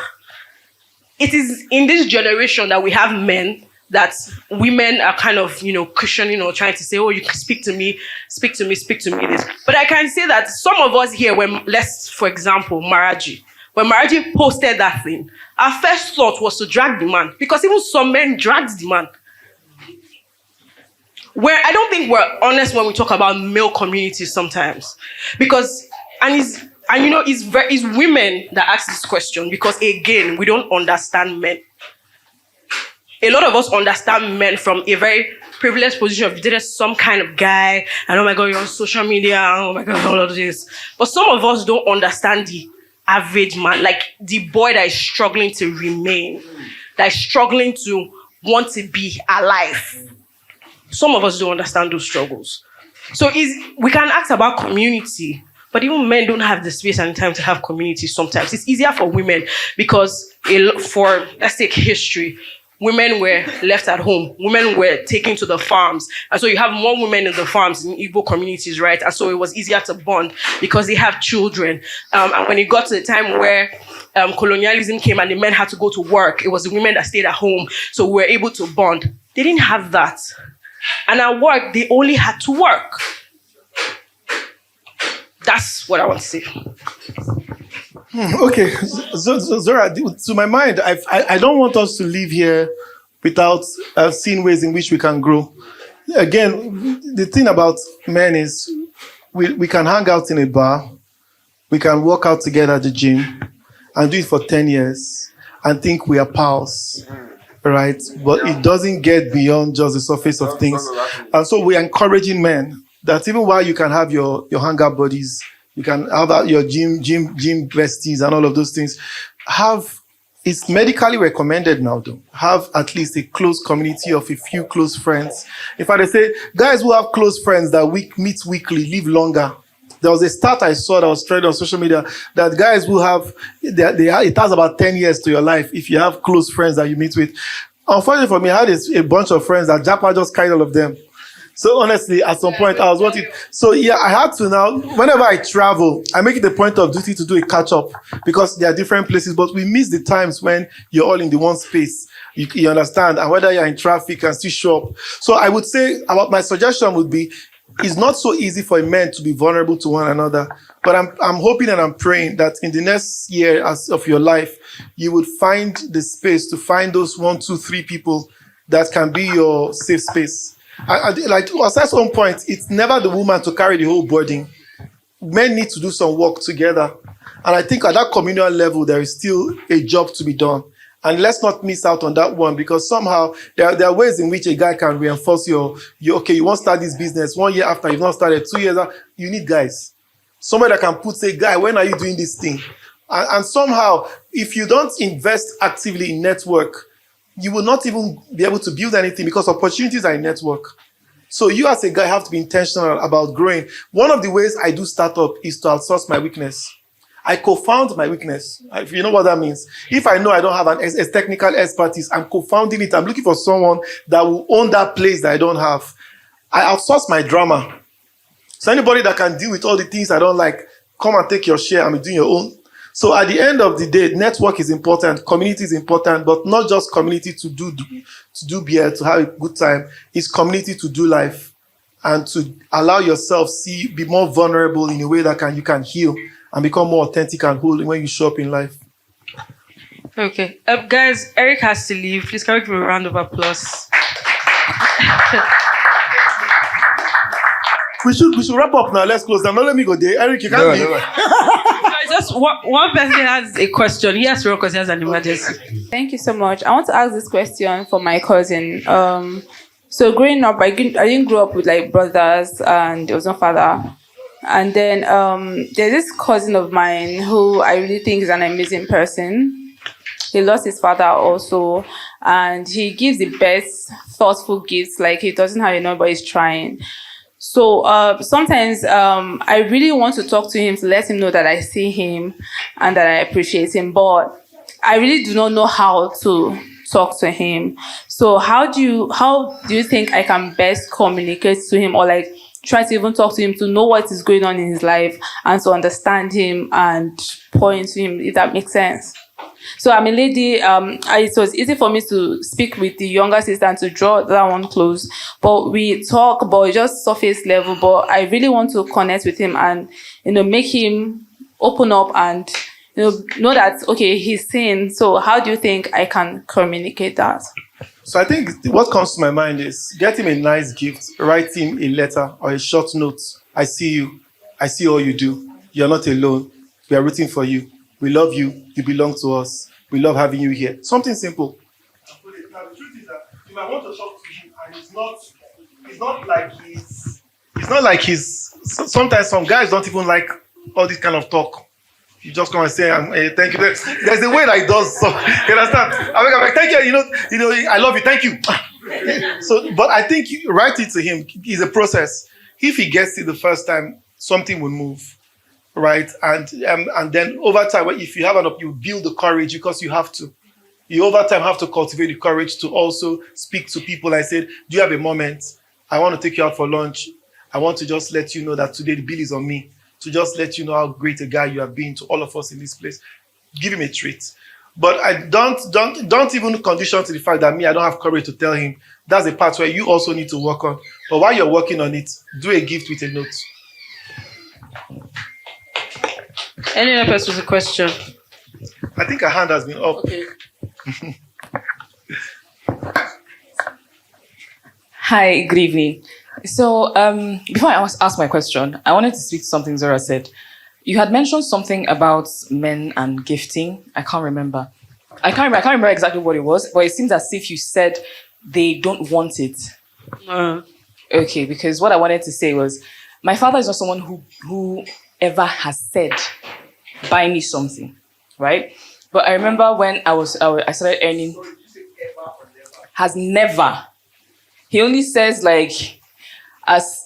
how do you say this thing, like one ball, like buy me one ball. Yeah, just that, something simple, just to acknowledge that, there is fruits of your labor, if that makes sense. So I had bought him a perfume and I gave it to him. He's only now, he started spraying it.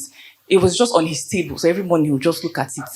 I'm telling you. And then so I think that in some form or way, all the things that women tend to like, the appreciation, the spontaneity in gifting, things like that. Men like those things. They just don't say it, if that makes sense. They think they want. So that's why when you surprise a man, they love it. Because they don't think of those things. But when you do, these are human desires and human emotions, right? Yeah, so I just wanted to say, because I feel like a part of me was like, is this what she's saying? It's just they don't want it at all. But anyway, my question is, we're talking about a man, right? And then my question would be, what would you say to women who had to become the man in the household? Because what you said, I think it was Eric, that's why I wish Eric did not leave, because he had said something about absence is what breeds necessity. So a father might not be around, that's why the mother has to now take charge, right? But in a case where we have the father and we have the mom, right? But then we have cases where in Igbo land you call the first daughter or the daughters Ag. In Abonwa Ag. You're calling a woman a lion, right? And that is because of the situation that has forced her to become a nature that she is not, right? So how would you then say to that lady that you are not a man, you are a woman? So firstly, I think that example is not really highlighting what you're speaking to, because Iponwa Ago does not necessarily mean that she became the man in the family. It kind of connotes a strong and very courageous woman, a woman that you cannot misbehave with, right? Some of those women have husbands that are actually very strong and steady, but it just, like I'm trying to explain what it means to call a woman out. It shows the caliber of the woman, right? I don't know who saw Sean Fakwa and Akugo's this thing. When her father was blessing them, he called her Ago, right? So that example is very, it's not what it just shows the caliber of the woman, because there are women that are very strong. You can't intimidate them. It's not like they're probably soft in the hands of their husband or in the hands of whoever they are safe with, but like when it comes to work, when it comes to business, when it comes to doing things, they stand tall. That's what it is. My question still stands. Yeah. No, I was trying to. So your question is, what do you say to a lady to a woman, who has kind of become the man, been raised to become a man? Yes. Okay, so the clarity I wanted to have is, are you saying she's now married and in the home she's playing the role of the man even while she's married? Is that the context? Or because the way she was raised to really act like a man? Which of it is it? Because there are two different answers. The latter. She has been raised to become a. I really think two things. One of the things I'll say to her is, again, it's not a crime to have a strong personality. It can be an asset to any man. Any man would. Most men who are secured in their own identity would not be worried about a strong woman. However, when it comes into marriage or dating, understand the dynamics. If your strength becomes a situation where the man feels he's somehow he's not listening to, or it's a case where you're dominating the situation, it can be very challenging for some men, right? So I would say, even if you're a strong woman, no times in which you allow not feminism, when I say femininity, that's your femininity to rule. That there is as much strength in your femininity as it is even in your personality. So don't always lean into your personality. Sometimes lean into your femininity. Trust me, there are some guys that all the babe just is saying, I want ice cream now. You are looking for ice cream. 12 midnight, you get. And you were created to be loved, to be pampered, to be someone's treasure, to be someone's beauty. Yeah, and it's a delight to let yourself lean into love and let that love nurture and carry you through. So don't grow out of the need to be pampered, to be loved, to be honored for who you are. Your personality should not eclipse your femininity. The gift of your femininity is still important. I think that's what I would say. Thank you. Okay. Wait, sorry. I wanted to say something about Fedi's answer too.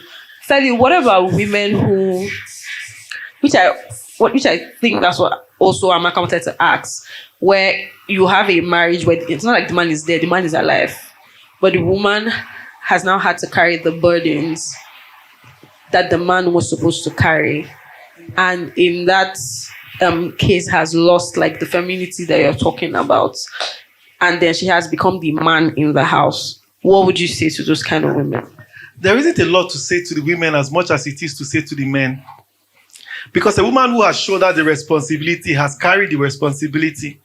I will be more interested in how the man is trying to stage a comeback. Is it that he had a job and no longer has a job? Is it that he's never really worked a day in his? I would want to zoom in and know what conditions led to your quality of life, and why is your wife laboring this hard and you're just living around? Or is it that he has, but he's just stingy and he's not bringing? I would want to zoom in, because a woman who is sacrificing for the family is doing the best she can with what she has. I'll be more interested in why the man is not showing up. However, there's a story though. This story was about a woman who said they were married, and her husband woke up one day after 5 years into marriage, I wants to be an entrepreneur. And she said, this guy is a blatant introvert. He doesn't even say hello to strangers. And she doesn't know how he's going to survive as an entrepreneur. He said, well, he heard God. He was clear. It must be done. And he resigned. And then they started the business. And she said, 3 years in, not even a sale. His savings had gone down. He was struggling with the business so badly. There was this case, she said, there was even a chairman who was having, so he had submitted proposal to this company, and the chairman was wedding. Apparently, they knew the chairman, but not that close. And she said, let's look for a way to buy a Shebi. He was like, did they invite us? He was like, are you not looking for contracts? Look for ways to get a Shebi. And she said she followed him to the wedding. She got the Ashebi for him. They sat very close to where the father-in-law would see them, the man. And he wanted to go so badly because the noise was too much for him. She was like, you will stay here. She carried him and they went to shake the man. And the man said, oh, yeah, that thing you submitted, let's see. That was how he got his first gig. She even said there was one particular day she carried the proposal to go and submit for him because he went there, they didn't open gate, or they were asking too much questions, and he came back. So he couldn't deal with a lot. So his mother even called and said, I know my son, don't take up the burden too much. He will get used to this. Let him get back to work. So both of them called him and said, I think this business thing is not working for you. You don't even hustle. The man said, I need to give it another year. They said, no. So they dusted for him to get a job. He was very upset because he had left banking for a while. His juniors were now his bosses. But they said, enter, it's still okay. And he got back into employment and they're happy. But she said something that all those years where he was out of job, she would get her salary. She wasn't the prudent one. She blows money. So she said when she gets her salary, she just transfer it to him, say, oh yeah, he knows how to plan. He puts gas. It's okay. Or he's so planned. Everything is written down. He's a good manager. He's just not an entrepreneur. So she said she would send without fail. And she said that she knew the day she looks at him and say, you this worthless man, am I not feeding you? She would have lost him for life. He wasn't the person that was built to survive that level of attack. And she said she never gave him that. Till date, she's the treasure of his eyes. Right? Now he's back to work. I don't know how they are doing the dynamics. But she said even in his lowest point, I will always remind him, you can make this work, and sometimes prop him. So when a woman is in a family, in a season where maybe the money is in the woman's hand, try not to make the man feel less important, because the children needs a father. And it's not about who earns more money, right? So even as much as, I'm not asking you to give him his money, because it might be a different ball game. You might give somebody that will blow it. This woman, her husband was prudent. So please don't carry the example and go to your house. Know your husband and the one you are with, right? But my point is that at the end of the day, what is important is you guys have to also understand that you're there for each other. As a man, if a man is going through, sometimes a man is going through depression and he cannot work, he needs a rehab or therapy. But somehow we don't know how to diagnose why a man who was hardworking will just peter away and is sitting at home and becoming a monster. Nobody comes in, nobody goes out, right? And everybody's giving him space. He needs attention. So let's diagnose things for what they are and not just lazy man, right? But I would also say to a woman, it's important that while you're in a journey with a man, you try to understand who this person is. Is it this person has a drive to want to build, or this is someone who is trying to hustle on your hustle or lean on someone's hustle? To be a man is to really own the pace of your life, right? And forget it, guys, even if your wife has more money than you, right? So long as AI has not taken your job, be okay. So even if you earn $1 million, don't now start to plan with her money if she has not given you that kind of framework. You understand? If for you to say, okay, she earns 3M, I earn 2M, so we have 5M, be sure that that's where both of you are. Right? So, but at the end of the day, ideally, the picture of marriage should be 5 million is in our house. And you guys are planning it with 5 million. But truth be told, not many are healed. Many are married, but few are healed. So not many are healed enough to submit themselves to that stuff. So, but what is important is you have to now look at it and say, okay, what's the dynamics here? Right? If you earn 2 million, don't start to, even if the woman is saying, oh, the kids must go to the school where they pay 10 million. And she's saying, but my money doesn't enter. Just say, babe, my kids will go to this school because they are good. All right. It's the one I can afford and I'm paying for it. Don't go and choose a school on the fact that she will help. If she's not willing to help, you're going to set up yourself to fail. So again, you have to calibrate your life according to your own budget. But what we are praying and hoping for is a marriage where two become one. So that there is a man's debt, if he has debt, becomes your debt in marriage. Her debt becomes your debt in marriage. So at the end of the day, that's what marriage is about sharing. But I would say if you guys can figure out partnership in your relationship, even in marriage, you build better. Nigeria is actually designed to reward couples who work together. This our economy is designed to favor people who can you can easily become a middle class working together than one person saying, I'm buying a house, my husband doesn't know I'm buying a house. It's not just not marriage, right? And the man is laboring and you're saying, oh, I'm saving, I'm buying a house. It's not marriage. I think if you don't sign up for it, I don't think it's marriage, it's something else. Right? Marriage is supposed to be vulnerable, authentic. You know how the Bible described it? They were naked and unashamed. It talks about bare bone skin. Nobody hides anything. Both of you should be able to look at each other's phone at any point in time. Right? There is nothing he's doing that you don't know. There's nothing she should be doing that you don't know. You guys should be each other's own safe space and secret partners. That's what gives marriage the strength. So I think that's helpful. All right, we're going to the last question. All right. No, we can't. We have to take the last question now, please.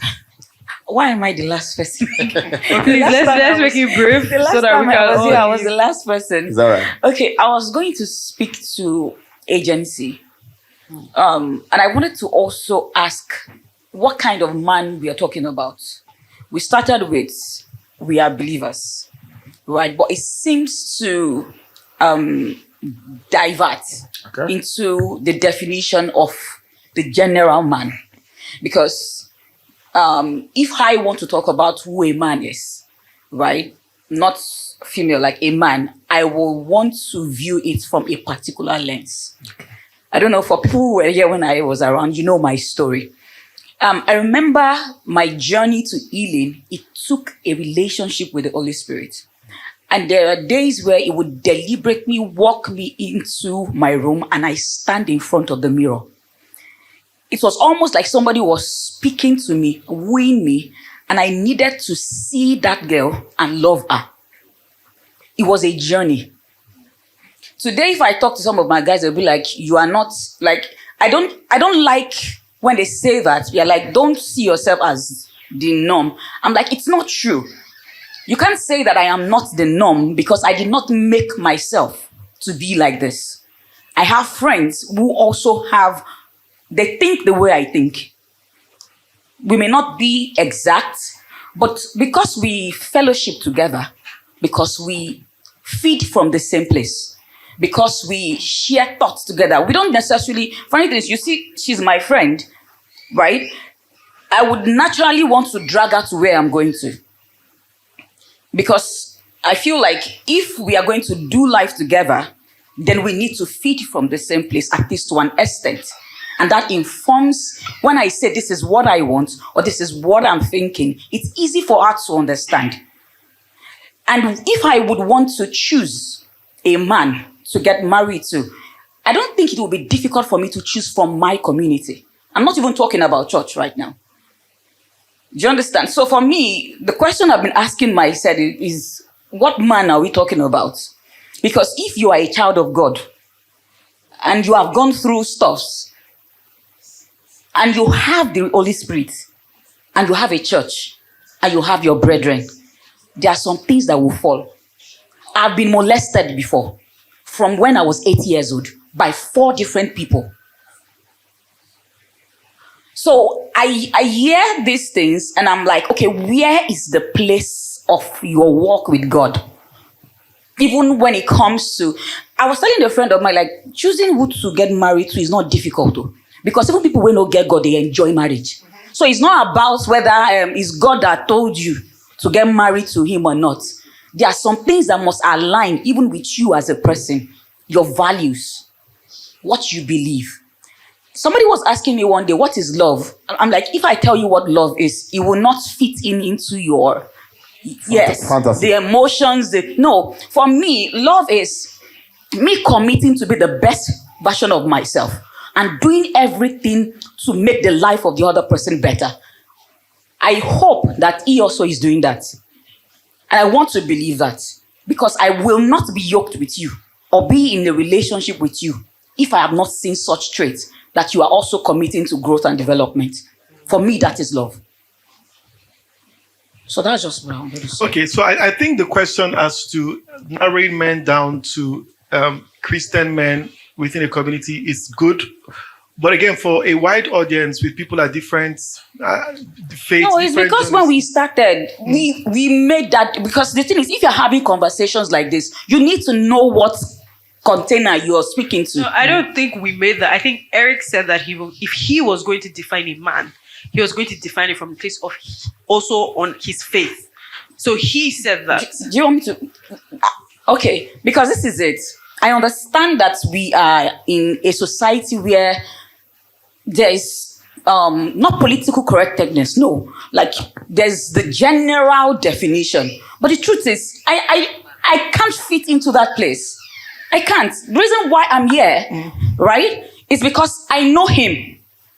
Okay, so let me just say something. I think that in what I understand what Chike is trying to do, this is a mission place. Let me explain what mission is. So this is not service, it's not church. It's actually a platform where people of different religion and places can come and explore. And trust me, God is happy. This place is blessed. However, one thing that we are also careful for, even Christianity is more a culture than it's spiritual. Many people actually more religious than they are spiritual. So they're hiding under Christianity. I mean, see many marriages fail because some people were holy brothers who were in church. They just were religious. When the push came to shove, they did. So most platforms like this is important. That's why I keep saying, what is your own personal understanding of God? How is your journey? So I will not come here and tell you, hate that guy, love that guy, when I don't know him. So for me to say, oh, any guy that doesn't have a job, cancel him, he's not your radar, which pastors do. And I think it's reductionist, because the reality of things is, you don't even know that guy that you're breaking up now will get a job tomorrow in the season of things. So it's less about just using people to metrics of saying underemployed, unemployed. Yes, there is a part where unemployed people can be dangerous if you don't have anywhere they're going. But there's some potential people in the season of their life who just may be in between jobs. How do you tell the difference? Nobody but you. It's the knowing, the inner witness that can come to the rescue. So one of the things we're trying to do is to say, yes, what we're trying to convey is to bring people back to understanding that a lot of what this is everything we're saying here, not everything is relevant to everyone. The one that is for you, hold it. But you don't know the one other people are living with, so let's not scatter it. You understand? Yeah. So yes, you're a firm believer who have been in community, so you know what it is to spot a man who is God-fearing, who understands you, who resonates with you. And I love that. I really wish a lot more people would be there. But I do know for the love of many people here, that's not their journey. You understand? So, but we cannot now cancel them because God is in everyone. So don't let's go like that, because I'm not saying that we're about to wrap up. Yeah, so I really want to say something. I'm sorry. Can I? All right. Now you hear that I didn't say we should use certain language. I did not say that. The reason why I'm saying this is because you are what we are hearing is an empowerment, but there's something that powers it, which is the reason for my statement, because I can choose to read motivational books and it can empower me to do what you're saying. Because I have people who are not Christian, because that's why I said it. I have people who are not Christians and I love their marriage. I love it. I love how they gel. They have dual financing in their home. So Zainab, this is one thing I've learned. I know that one of the ways that, well, if Chike feel led to say, okay, let's have some people do something. But I do know that before we leave here, many times you might meet one or two people that come and say, okay, you guys are saying something, I want to know more about this. And that happens, right? But I do know that if we make this platform a situation where we're doing that, I don't know if that's what he wants to do, but I'm indifferent. I mean, I would love it, but I just hope we're not being intrusive and it's not being politically correct. It's understanding that somehow some people have done altar call and going to be separate because they didn't hear anything. The greatest transformation is a renewed mind. It's not altar call. The greatest deliverance is altering your perception. It's not about walking in front and laying hands on oil. So at the end of the day, so long as you switch something, you know, I want to live here with things I need to change about myself. I need to work upon myself. That has started. It is already the salvation in motion. So it might not necessarily be the place where you have to see that moment where we're saying, guys, I understand you. The source is God. Nothing can come through you if you don't have that source in God. The wisdom is God. Ultimately is God. And I think if you listen to all of us, that it was coming through. But it might not just be in that very definitive way. If you don't, today is your day. If you want to give your life to Christ, let's carry you now. So I think that might not be. Then I hope I'm not misunderstanding you, though. But I'm misunderstanding me, but it's fine. Okay. It's fine. Okay. So Zainab, I think that the only thing I want to say is this. Because you are now. No, her name is not Zainab. No, her name is not Zainab. So I but think you that call what her Zainab now. No. So I think that what. No, don't worry. Chike, you carry Zainab at Tayana. No, her name is not Zainab. So please tell us your name again, because maybe Zainab is the person in the spirit we are looking for. Tell us, we need to know. Yetunde? No. She looks like a Yetunde. No, she's not. So I think that what I want to say is concerning the platform, understanding that, yes, we all here are Christian. Eric that was here was also Christian. I will speak from a Christian perspective. But then what I'm hoping that you see, or what I hope that you understand is that, like Chike said when he was introducing the show, we hope that relationships and marriages will be better as a result of the conversations that are held here. And just like Freddie said, if we wait to always speak about the Holy Spirit, which I was reading the scripture the other day where Jesus was healing the sick, and then where he told his disciples that the harvest is full, but the laborers are few, to send the Lord of the harvest. And what I thought about that scripture was, I could imagine how tired Jesus was on that day, where they brought all the sick people to him to heal. He did not speak about the Holy Spirit in that time. He just said, pray so that more people can be able.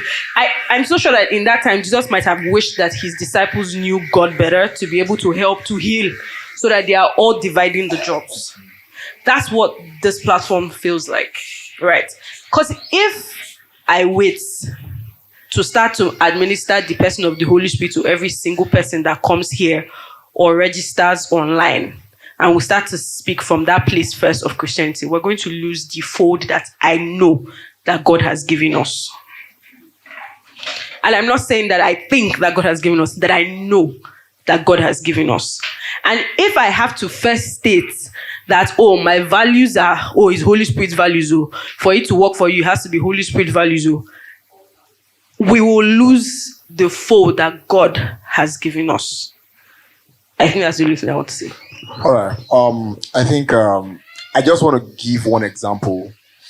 Zora, you shared something the other day, and it came from somebody who gave a testimony in church. And I was wondering, why was Zora saying men? I was curious. Saturday morning, I brought out my time after praying, and I watched that video. That's a video I feel like every woman should watch. It speaks to what you're saying. But my time here is done now. No, I don't know. So it's on, I think the Covenant Nation is their church. Go and check the testimony. The man said something. His wife had cancer, stage 4 cancer. And I listened to the man. The man said that the moment they sent the test result to him, he didn't tell his wife yet. He went to the toilet and looked into the mirror. He knew what was at stake. He was about to lose his wife. And the man, he said, he uttered 3 different scriptures, and immediately he thanked God. On their way back, he said, listen, here is where the thing even scattered my brain. He told his wife, don't call our daughter. Call our 2 sons. Tell them we have a battle to fight. Don't give them scriptures. Leave them to think out the scriptures, and tell them I suggest they should limit social activities because we have a battle. That's a man. And I saw a man who knows God. Not be church. So that's why I said it here. People who don't know God, when they do life the way they do, I'm not fighting you, but I don't know how to do them.